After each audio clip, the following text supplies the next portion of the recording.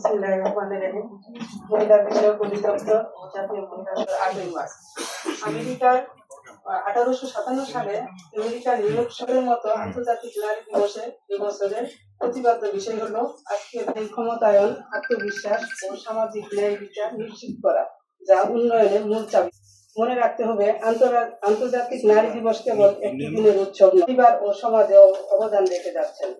আপনারা যারা আজকের এই অনুষ্ঠানে এসেছেন, সম্মানিত সুধী, আন্তর্জাতিক নারী দিবস প্রতি বছর মা বোনেরা এবং সবাইকে আমি আমার পক্ষ থেকে আন্তরিক শুভেচ্ছা এবং এই নারী দিবস আমাদের নারীদেরকে নিয়ে বর্তমান সমাজ না করে নিজেরা স্বাবলম্বী হচ্ছে, কিন্তু আমরা বর্তমানে যারা বাংলাদেশের নারীরা রয়েছে, নারীরা যেন যেসব শিক্ষা থেকে শুরু করে যেসব সুযোগ সুবিধা থেকে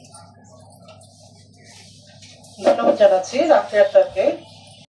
ব্যস্ত থাকার কারণে আমাদের মাঝে উপস্থিত হতে পারেনি, তবে তিনি সকলকে শুভেচ্ছা জানান। নির্বাহী অফিসার কালীগঞ্জ গাজীপুর মহোদয় উপস্থিত আছেন আমাদের মাঝে দায়িত্ব। সম্মানিত সুধী মন্ডলী, আমাদের মাঝে উপস্থিত আছেন। আসসালামু আলাইকুম। সম্মানিত সুধী মন্ডলী, এই প্রতিপাদ্যকে কেন্দ্র করে আন্তর্জাতিক নারী দিবস। নমস্কার, আমি একটি গীতা পাঠ করব।